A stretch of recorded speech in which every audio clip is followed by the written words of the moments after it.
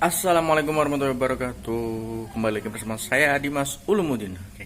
Kali ini saya akan ke sowan ataupun silaturahmi ke guru saya Bah Sugeng Ramadan ke Subah Batang.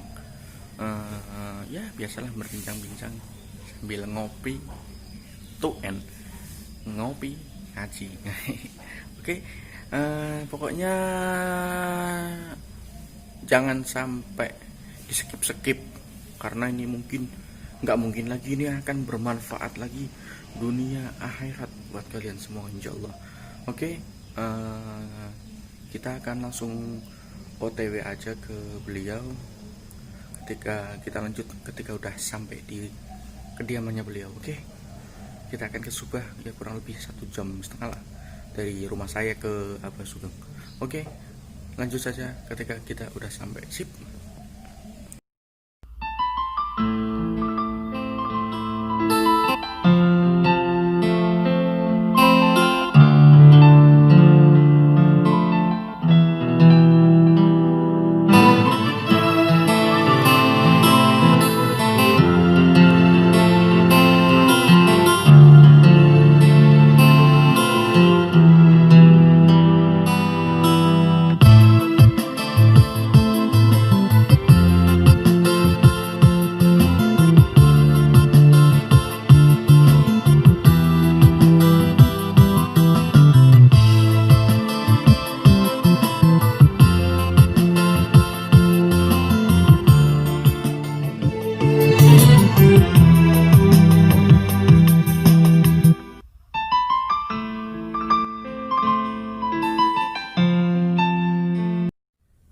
Oke guys, assalamualaikum warahmatullahi wabarakatuh. Kembali lagi bersama saya Dimas Ulumuddin di channel terkece beribadah, belajar, bermain asoy coy. Iya.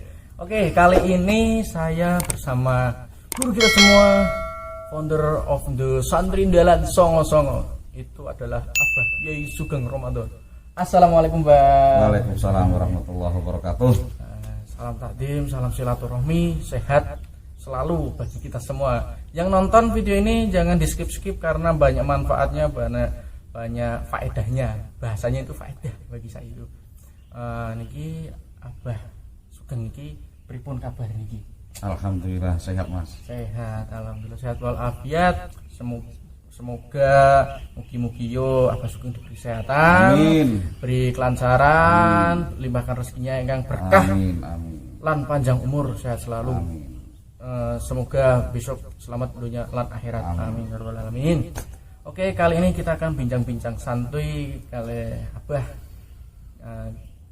Kulo niki mirengna wae. Mirengna nek dimirengna paham ya dilakoni. Kayak gitu ya. Iya. Monggo Bah, bisa dilanjut. Ada pesan-pesan ataupun ada hal-hal apa yang akan disampaikan kepada santri, enggak santri juga, terus ya apa ya bahasanya itu kalangan kaum muslimin muslimat di zaman era milenial ini. Monggo bisa dilanjut.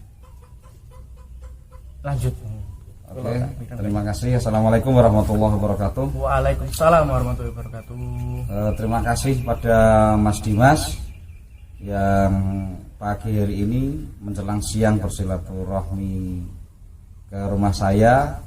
Dan perlu diketahui sebelum saya ngomong banyak, ini adalah lokasi makam Mbah Wali Kendil Wesi Karangtengah, ya, makam wali di desa Karangtengah. Sengaja saya ajak ke sini sekalian tabarukan.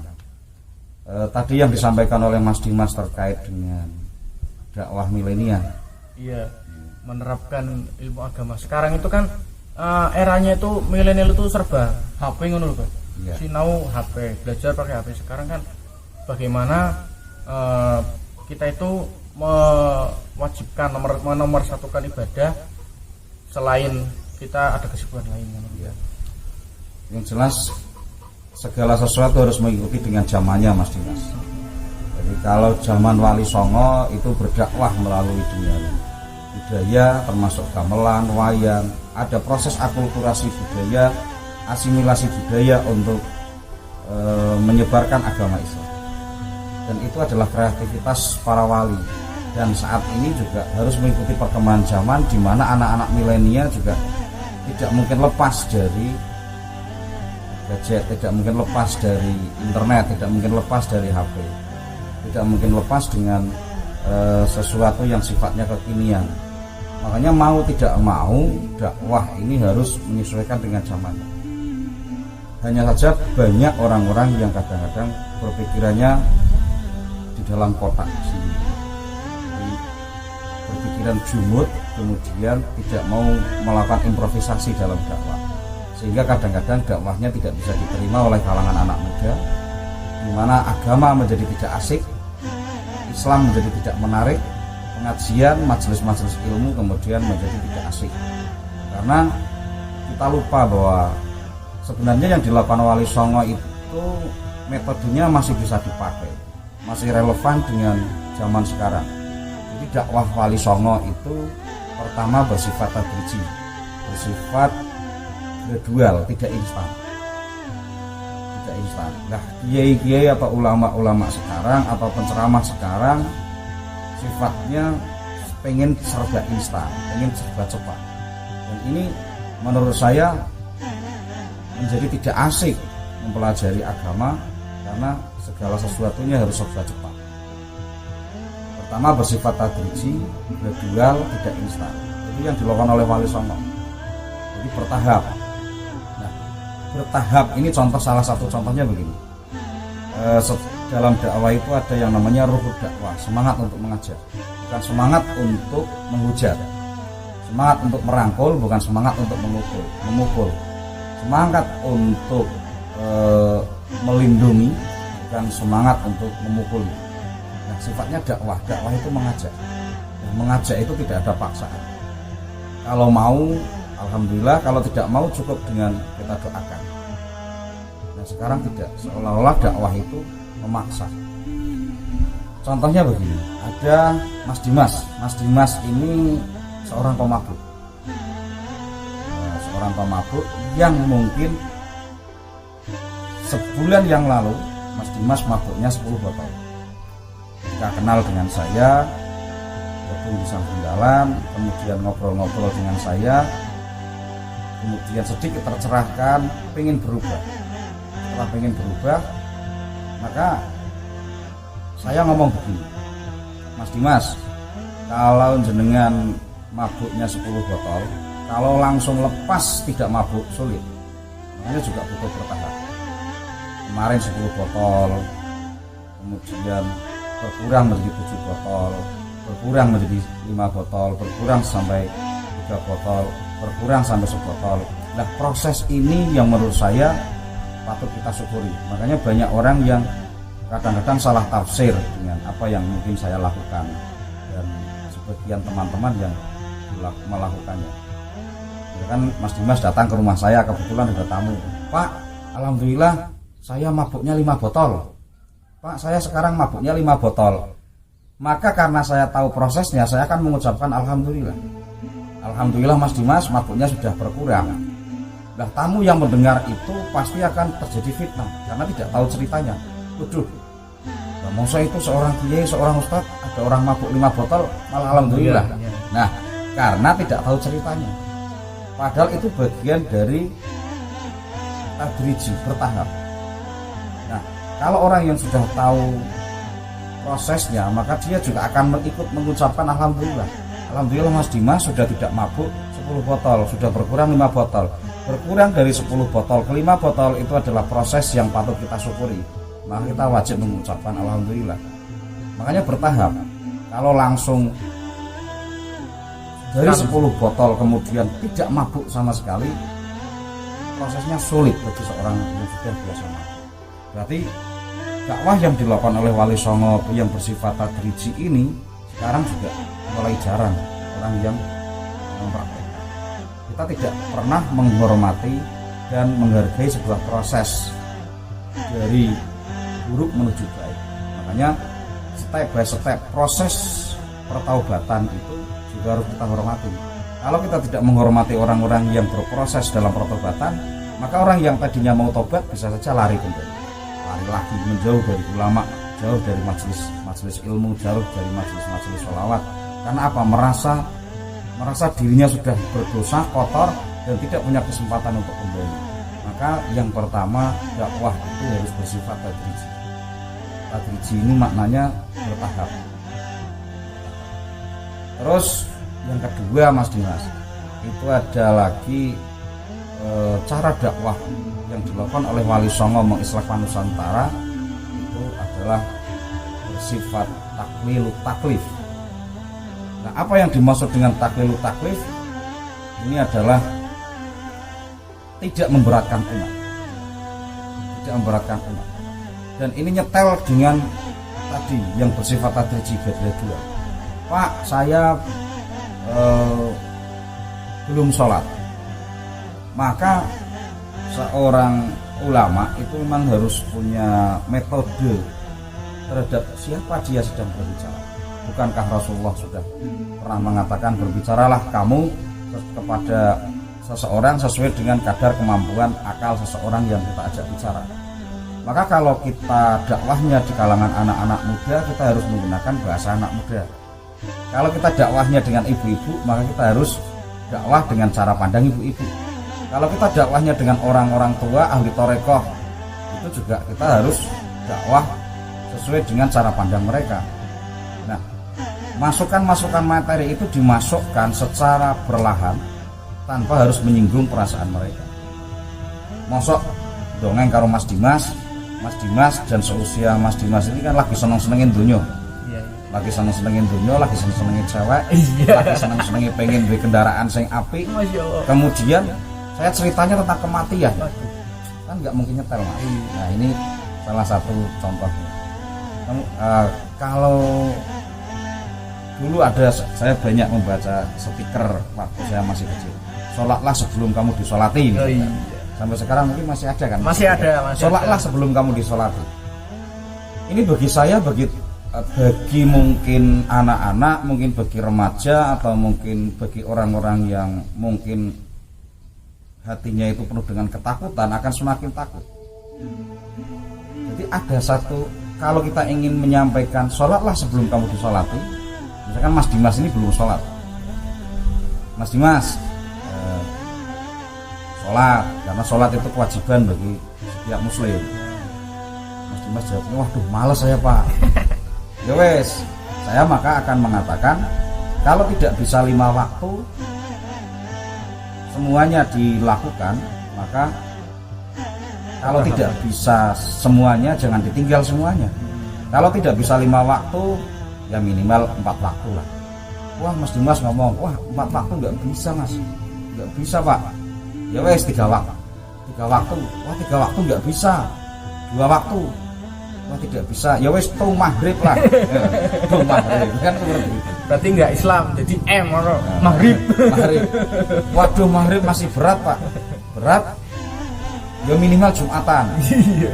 Orang ketang hanya sekedar nganggo kaos, pakai kaos, datangnya telat, menghabiskan rokok, ngentekno rokok nang ngarep masjid, madhep ngetan, nang jejer beduk. Iya, minimal seperti itu. Iya. Dan itu kalau orang yang melihatnya, bocah kok Jumatan kok ning ngarep masjid ngentekno rokok, ono khotbah. Kalau melihatnya itu mungkin dia tidak sopan. Tapi kalau melihatnya dari sisi positif, alhamdulillah dia sudah mau Jumatan. Melangkah. Bisa dibayangkan kalau ketika Mas Dimas kemudian ada orang yang marah. Dimas, kamu melecehkan Jumatan. Masa Jumatan merokok nang ngarep masjid, jika jejer beduk, khotbahnya menghadap ke timur, kamu duduk membelakangi khotib. Kamu tidak sopan. Kalau melihat itunya iya, tapi kalau melihat prosesnya dari Dimas yang tadinya tidak masuk masjid kemudian mau Jumatan, itu adalah sesuatu yang patut kita syukuri. Wis ora bisa 5 waktu ya 4 waktu, ora bisa 4 waktu telu, ora bisa telu loro, ora bisa loro siji lah.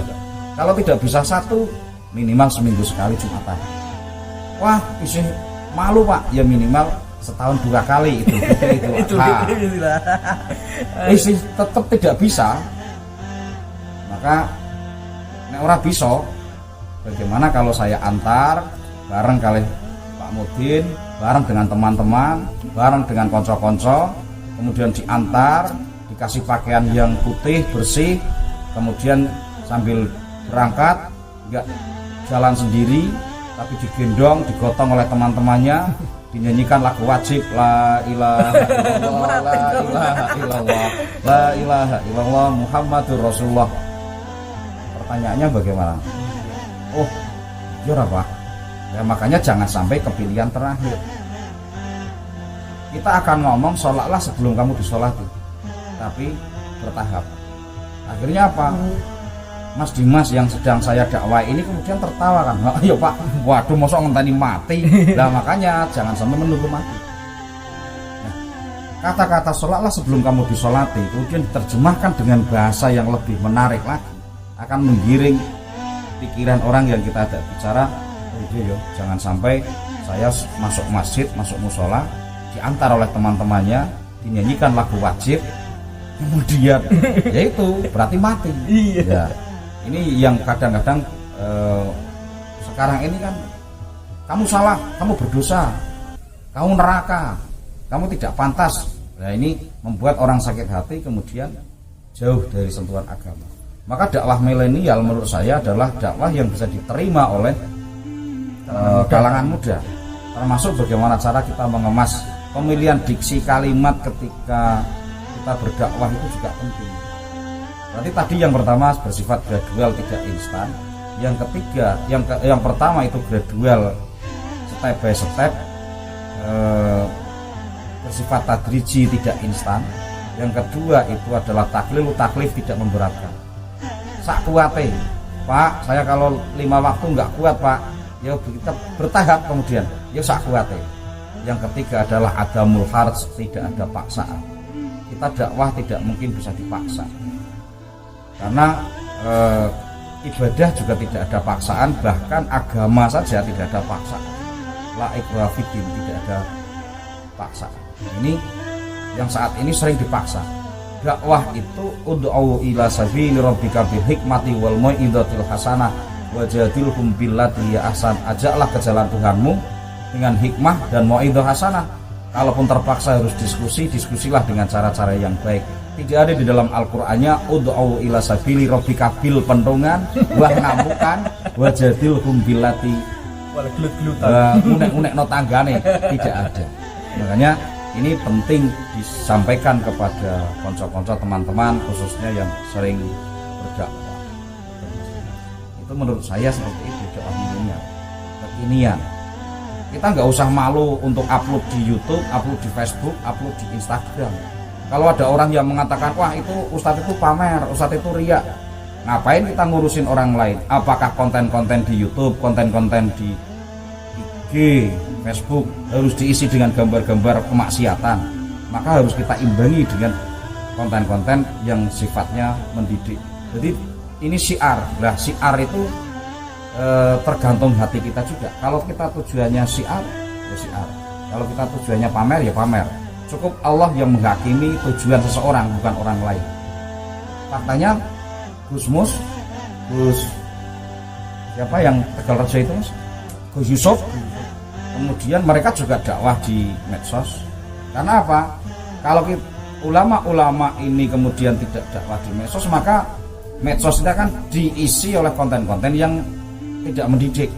Kalaupun diisi oleh dakwah-dakwah, bisa saja konten-konten itu dakwah-dakwah yang justru Islam garis keras, misalkan Islam radikalis, atau mungkin Islam yang tidak rahmatan lil alamin. Nah kemudian orang-orang yang bisa menyatukan umat itu di mana ketika tidak mau masuk ke dunia media sosial? Tidak, betul. Jadi dakwah sekarang ini harus mengikuti dengan zaman. Tidak mungkin kita berpatokan, berpikiran jumud, tidak mau mengembangkan pola pikir kita untuk menerima kemajuan zaman. Harus sesuai dengan zaman. Guys, kayak kue. Oke guys, kembali lagi bersama saya dan Abbas Sugeng Ramadan. Kita akan melanjutkan yang tadi karena tadi duduk azan dan kita harus sholat zuhur dulu. Kita lanjut ke pertanyaan saya karena tadi kita kejeda. Pertanyaan saya adalah sebagai umat, ibarat kata saya yang pribadinya masih jauh dari kata orang agamis, kata kurang baik, ingin mengajak hal-hal yang baik itu gimana, dan otomatis karena kita orang yang tidak baik terus ngajak yang baik kan banyak celaan itu kan, Iya.